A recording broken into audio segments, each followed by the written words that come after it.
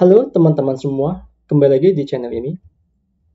Pada tutorial sebelumnya, kita telah mempersiapkan apa yang harus dipersiapkan sebelum kita belajar pemrograman PHP. Nah, pada video tutorial kali ini, kita akan belajar tentang sistem directory pada sebuah web server. Karena beda sistem operasi, beda web server, maka direktorinya juga akan berbeda.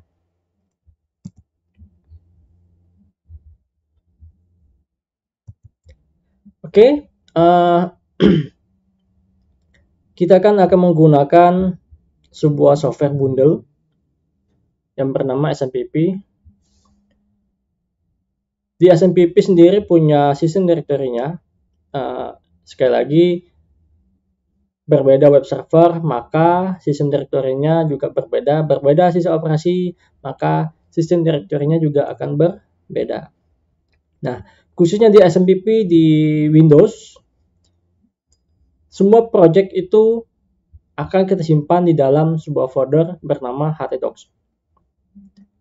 Di dalam folder htdocs nanti kita akan mempersiapkan folder-folder yang akan kita gunakan untuk membuat sebuah project. Nanti di dalam folder itu akan kita simpan semua file, apakah itu file CSS, HTML, atau PHP, bahkan JavaScript. Khususnya SMPP di Windows, direktorinya terdapat di drive C. Di drive C nanti akan ada sebuah folder bernama SMPP. Di dalam SMPP ada folder lagi bernama htdocs. Nah, di dalam htdocs itulah kita akan membuat sebuah folder project kita. Gambarnya bisa dilihat di samping. Ini khusus Apache ya. Berbeda kalau kita di Linux. Khususnya Linux Debian. Ketika kita menggunakan web server Nginx, maka directory project akan berada di folder user, share, Nginx, HTML. Hampir serupa dengan SMPP. Disitulah kita akan membuat sebuah folder project, terserah mau namanya apa. Bisa dilihat di samping nama folder projectnya apa. Ini khusus untuk Linux Debian ya, dengan web server Nginx. Bagaimana kalau Apache? Ini masih di Linux Debian. Jika kita menggunakan web server Apache, maka folder project itu atau direktorinya ada di var, www, atau HTML. Secara default, Apache menyediakan folder bernama HTML. Kita boleh saja menyimpan folder project itu di dalam HTML atau di luar HTML. Bisa dilihat seperti contoh di samping. Jadi beginilah sistem directory di berbagai jenis sistem operasi. Linux dan Windows adalah sebuah sistem operasi. Kalau di Windows tadi, jika di sistem operasi Windows, maka direktorinya adalah SMPP htdocs. Berbeda kalau Apache-nya di dalam Linux. Nah, jika di Linux, direktorinya ada di var, www. Ini kalau kita menggunakan web server Apache. Berbeda lagi kalau kita menggunakan Nginx seperti ini. Jadi beginilah sistem directory di masing-masing sistem operasi dan web server. Untuk sebagai pemula, kita tidak menggunakan Linux gitu ya sebagai sistem operasinya. Kita hanya menggunakan sistem operasi Windows. Kalau Anda sudah mahir, ya silahkan saja beralih menggunakan Linux. Nanti bisa Anda searching di Google bagaimana caranya menginstal web server di sistem operasi Linux. Karena kalau di Linux itu menginstalnya nggak seperti SMPP ya.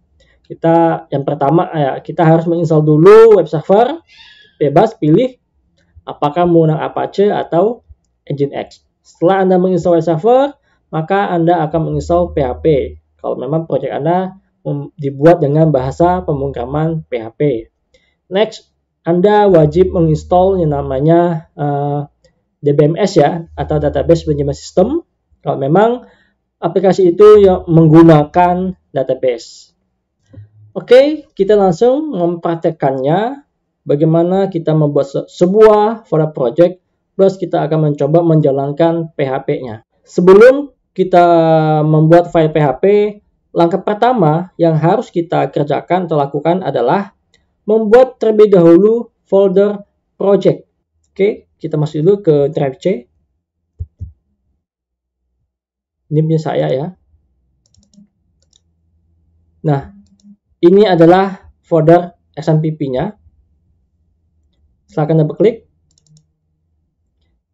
Ini adalah folder htdocs-nya. Silakan double klik. Nah, disinilah kita akan membuat sebuah folder project. Saya namakan folder project-nya adalah topik 1. Kita masuk ke dalam folder project topik 1. Maka di sini belum ada isinya gitu ya, belum ada ya. Kita akan mencoba membuat satu buah file PHP ya. Silakan gunakan text editor favoritnya, terserah Anda mau menggunakan yang mana ya.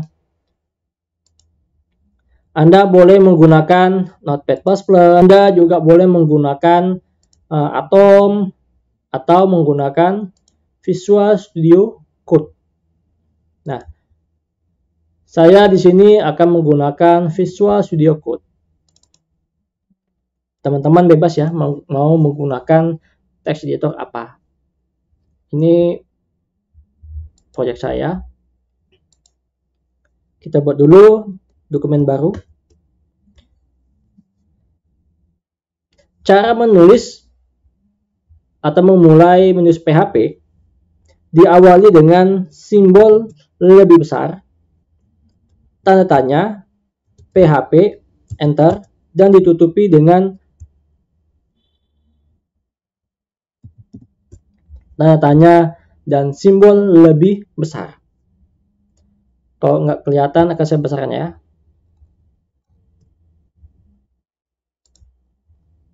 Saya besarkan dulu supaya kelihatan. Ya, sorry, salah ya.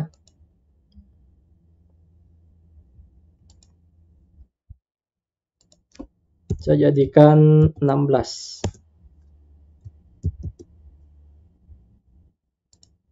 Oke. Apakah sudah kelihatan? Mudah-mudahan kelihatan ya. Kita akan menampilkan informasi-informasi yang terdapat dalam server menggunakan function yang bernama PHP info.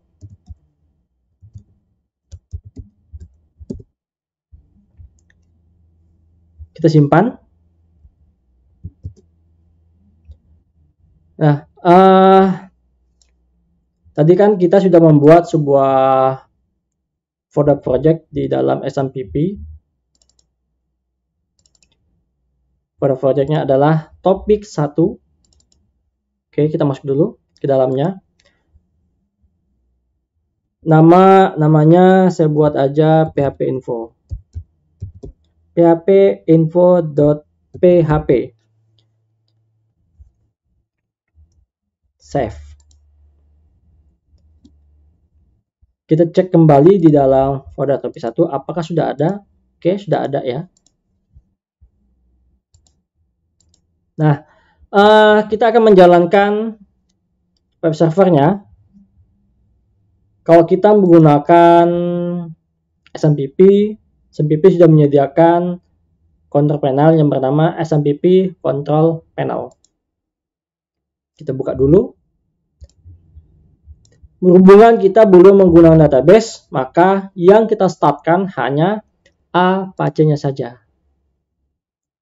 Oke, kalau keluar yang seperti ini, silakan klik Low Access. Tadi kan waktu kita mengklik pertama kali, di sini warnanya kuning.